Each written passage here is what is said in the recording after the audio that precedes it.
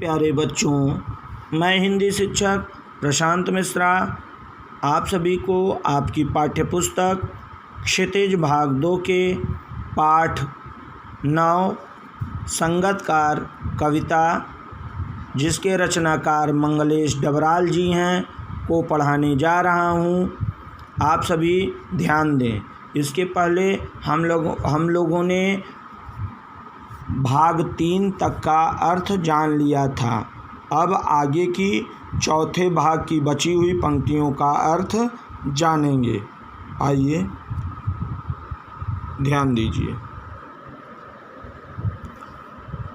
कभी कभी वह यूं ही दे देता है उसका साथ, यह बताने के लिए कि वह अकेला नहीं है, और यह कि फिर से गाया जा सकता है।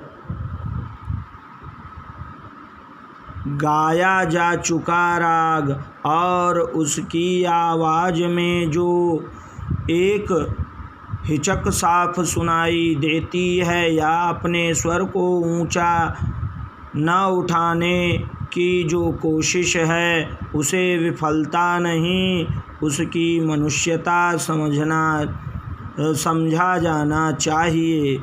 उसकी मनुष्यता समझा जाना चाहिए। प्रस्तुत पद हमारी पाठ्यपुस्तक क्षितिज भाग 2 के पाठ संगतकार से लिया गया है, जिसके रचयिता मंगलेश डबराल जी हैं। कवि इन पंक्तियों में मुख्य गायक को महत्व तो दिया ही है, किंतु संगतकार को उससे कहीं ज़्यादा महत्व देते हुए मानवीय गुणों एवं संवेदनाओं को प्रस्तुत करते हुए कहता है कि क्या कहता है? कभी कभी वह यूं ही दे देता है उसका साथ, यह बताने के लिए कि वह अकेला नहीं है, और यह कि फिर से गाया जा सकता है। कवि कहता है कि संगतकार कभी कभी बिना आवश्यकता के सुर मिला देता है। उस समय वह यह बताना चाहता है कि वह अकेला नहीं है। संगतकार के सुर मिलाने में यह आशय भी निहित होता है कि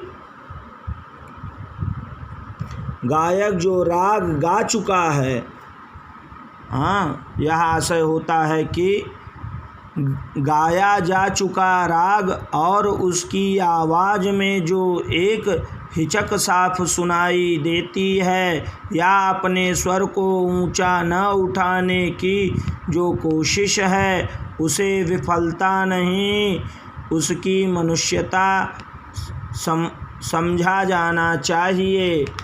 कवि कहता है कि गायक जो राग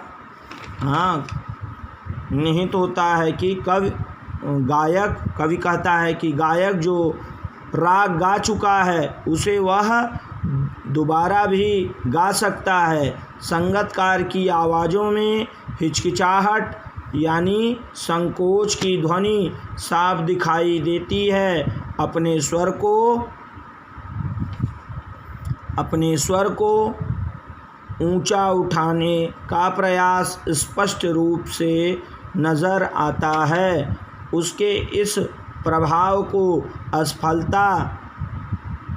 असफलता के रूप में नहीं, बल्कि मानवता के रूप में समझना चाहिए। यही इस पंक्ति का अर्थ है। ओके।